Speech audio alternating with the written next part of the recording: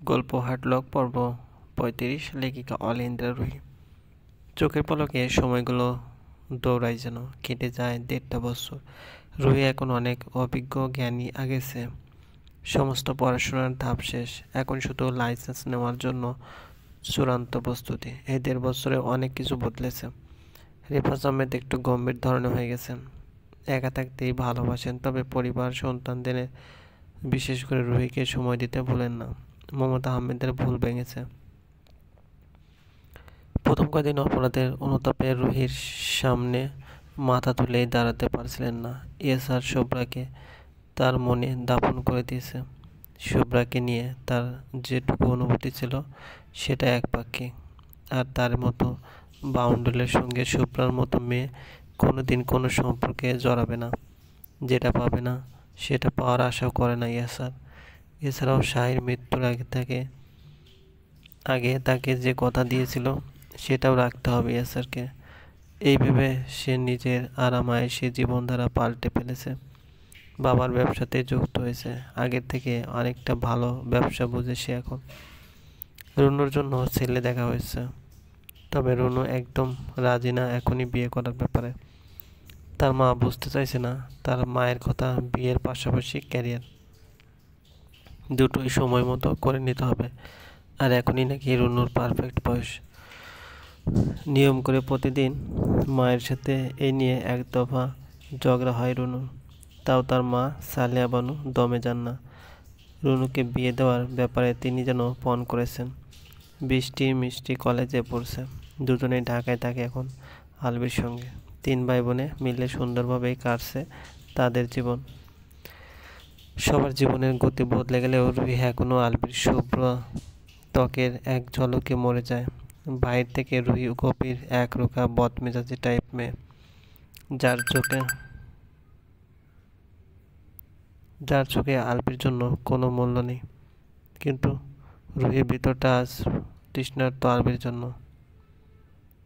মাথার উপর সূর্যমামা তীর্যকভাবে আলো ফেলছে। গরমে ঘেমে নিয়ে একাকার রুনু। বড় বড় পা ফেলে এগিয়ে যাচ্ছে সে দোকানের দিকে। দোকানদারকে বলল, চাচা ১ বোতল ঠান্ডা পানি দেন তো। বড়টা দিন। না চাচা, ½ লিটার। দোকানদার দিলেন। রুনু টাকা দিয়ে বোতলটা হাতে নিল। বোতলের মুখ খুলে সঙ্গে সঙ্গে এক চুমুক দিল সে। গলায় ঠান্ডা পানি প্রবেশ করতে ফুসফুস কলিজা ঠান্ডা হয়ে আসলো যেন। কি দারুণ প্রশান্তি, আহা!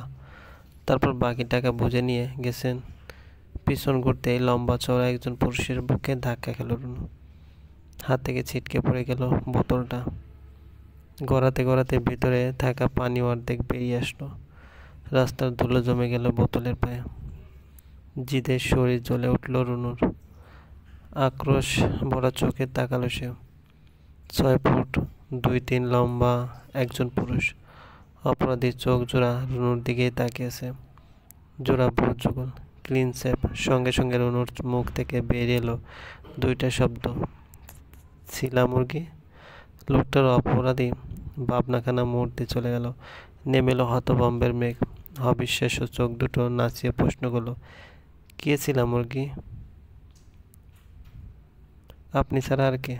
ঝাঁঝালো গলায় রুনুর উত্তর, আমি ছিলা মুরগি? আমাকে কোন দিক দিয়ে ছিলা মুরগি মনে হয় আপনার? সেটা আপনি নিজেই আয়নায় খুঁটিয়ে খুঁটিয়ে দেখুন গিয়ে যান। আমার পানির বোতলটা ফেলে দিল শালা, দূর। আর আপনি ছিলা মুরগি না, ছিলা মোরগ। আপনি তো পুরুষ। লোকটার হতভম্ব ভাব বাড়ছে। আমি শালা? আপনি আমাকে শালা বললেন? সামনে দাঁড়িয়ে পটর পটর করলে এরপর আরও অনেক কিছু শুনতে পারবেন। দুটো খেলেও খেতে পারেন। কি খাবো? বন চটকানা। রুনু লোকটাকে এক হাতে দিয়ে সরিয়ে দিল সামনে থেকে।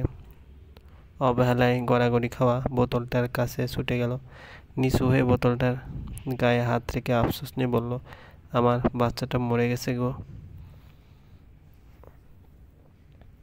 লোকটা পিছনে দাঁড়িয়ে তখন হতচকিত গলায় বলল, ওটা একটা সামান্য পানির বোতল। সেটা আমার কাছে এটা আমার বাচ্চা, সমান মূল্যবান এখন। রুনু উঠে দাঁড়ালো, গজগজ করে বলল, আমাকে এক্ষুনি এর ক্ষতিপূরণ দিন। তেষ্টায় বুকের ছাতি ফেটে বেরিয়ে আসবে। যান, পানির বোতল নিয়ে আসুন। লোকটা একটি শব্দ উচ্চারণ করলো না। 1 লিটার বড় একটা পানির বোতল কিনে গিয়ে দিল রুনুর দিকে। রুনু ভ্রু কুঁচকে ফেলল। এত বড় পানির বোতল দিয়ে আমি কি করব? আপনি তো পানি চাইলেন এখন। তো কি এত বড় বোতল দিতে বলছি? হ্যাঁ, ছোট বোতল কিনে নিয়ে আসুন, 1/2 লিটারে। যান। লোকটা পুনরায় একটা 1/2 লিটার পানির বোতল কিনে নিয়ে আসলো। রুনু নিল সেটা। তারপর চলে যাওয়ার জন্য পা বাড়াতে লোকটা বলল, শুনুন, এই বড় বোতলটাও নিয়ে যান। রুনু ঘুরে তাকালো বিরক্ত চোখে। কেন? আমি এটা দিয়ে কী করবো? গলায় ঝুলিয়ে ঘুরে বেড়ান, সুন্দর লাগবে। রুনু ধপাধপ পা ফেলে চলে গেল।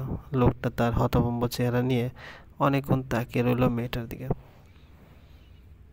মমতা আহমেদ ঘরের দরজায় দাঁড়ালেন। তার হাতে হলুদ মেশানো 1 গ্লাস দুধ রুহির জন্য এনেছেন তিনি। রুহি মাথায় গামছা বেঁধে এক মনে পড়ছে। মমতা আহমেদ খানিকটা অবাক হলেন। ভিতরে ঢুকতে ঢুকতে বললেন, তোর না কোর্স শেষ, এখন আবার কিসের পড়া? রুহি ডিস্টার্ব হলো, খানিক বিরক্ত হলো। পড়া থামিয়ে মায়ের দিকে তাকালো, বলল, কোর্স শেষ তাতে কি, এখনই তো আসল বিষয় মা। দুধের গ্লাস টেবিলে রেখে বিছানার উপর বসলেন মমতা আহমেদ। আমি না তোর এই লাইনের পড়াশোনা বুঝি না, আমাকে একটু বোঝাতো। রুহি আগ্রহ নিয়ে বলতে লাগলো, এখন আমার প্লেন উড়ানোর জন্য লাইসেন্স নিতে হবে, কিন্তু সেই লাইসেন্স তো আর এমনি এমনি দিবে না মা। গাড়ির লাইসেন্স নিতে হলে যেরকম পরীক্ষা দিতে হয়, আমাকেও সেরকম পরীক্ষা দিতে হবে। বিগত 3টা বছর যা যা পড়ছি সেগুলো সব মিলে পরীক্ষা হবে একটা। সেই পরীক্ষায় উত্তীর্ণ হলে সিভিল অ্যাভিয়েশনে স্টুডেন্ট পাইলট লাইসেন্সের জন্য অ্যাপ্লাই করতে পারবো। এরপর সিভিল অ্যাভিয়েশনের অথরিটির পরীক্ষার সিএমবির হেলথ এক্সামে পাশ করলে স্টুডেন্ট পাইলটস লাইসেন্স সিপিএল পাবো। বুঝছো আম্মু? মমতা আহমেদ এক গালে হাত রেখে মুখ হাঁ করলেন। এত কাহিনি? আরও আছে মা। এই সিপিএল দিয়ে 40 থেকে 50 ঘন্টা বিমান চালানোর সার্টিফিকেট অর্জন করতে হবে। তারপর সেই সার্টিফিকেট দেখিয়ে প্রাইভেট পাইলট লাইসেন্সের পিপিএলের জন্য আবেদন করতে হবে। এর সাথে দরকার হবে 3 মাসের থিওরি ক্লাস আর এক জেলা থেকে অন্য জেলায় ফ্লাইট চালানোর অভিজ্ঞতা। থিওরি ক্লাস আর আন্তঃজেলা ফ্লাইট চালানোর অভিজ্ঞতা অর্জনের পর লিখিত ও স্বাস্থ্য পরীক্ষায় অংশগ্রহণ করা লাগে। এর উত্তীর্ণ হলে পিপিএল পাওয়া যায়। কিন্তু এটুকুতেই সীমাবদ্ধ না আম্মু। যদি পাইলট হিসেবে আমি জব করতে চাই, তাহলে আমার দরকার হবে কমার্শিয়াল পাইলট লাইসেন্স সিপিএল। এটা পেতে হলে 150 থেকে 200 ঘন্টা বিমান চালানোর অভিজ্ঞতা থাকা জরুরি। পাশাপাশি ক্রস কান্ট্রি পাইলট ফ্লাইট চালানোর অভিজ্ঞতাও 3 মাসের থিওরি ক্লাস সার্টিফিকেট। পুরো ট্রেনিং শেষ হলে আমি একজন পাইলট হিসেবে যে কোনো এয়ারলাইন্সে কাজ করার সুযোগ পাবো। মমতা আহমেদ হঠাৎ চেতে উঠলেন। রাগ নিয়ে বললেন, এসব বা এর ঝামেলায় যাওয়ার কি দরকার ছিল? ডাক্তারি পড়তি, এতদিনে অর্ধেক ডাক্তার হয়েও যেতে। রুহি হাসলো। মা, আমি কিন্তু এখন অর্ধেক পাইলট। কীভাবে একটা বিমান চালানো করতে হবে সব জানি, শুধু বাস্তব হাতে এখনও চালাইনি। সেটাও খুবই শীঘ্রই চালাবো। তারপরেও তোর এই পাইলট আকাশে উড়োউড়ির ব্যাপারটা আমার ভালো লাগে না। না লাগলে নাই, যাও তুমি, আমাকে পড়তে দাও, কদিন বাদে পরীক্ষা। মমতা আহমেদ দীর্ঘশ্বাস ফেলে উঠে দাঁড়ালেন। পর মুহূর্তে কী যেন মনে পড়তে বসে পড়লেন। রুহি আর চোখে বিষয়টা দেখলো। একরাশ বিরক্তি নিয়ে প্রশ্ন করলো, কি বলবো আবার? মমতা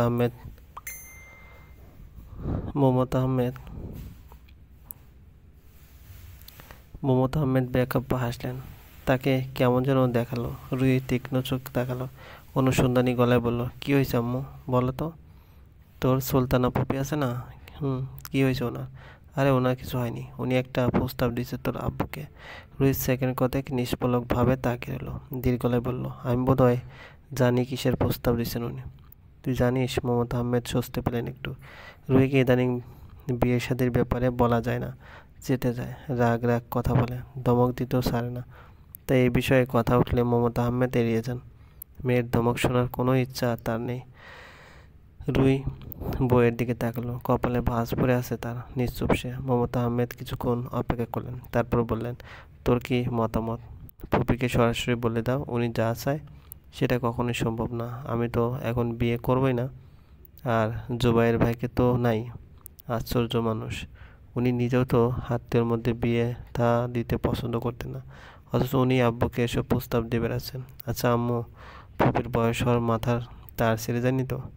মমতা আহমেদ নির্বিকারভাবে বললেন, আমি কি জানি, এই ফ্যামিলির সবগুলো পাগল। মমতা আহমেদ নিশ্চুপ উঠে দাঁড়ালেন।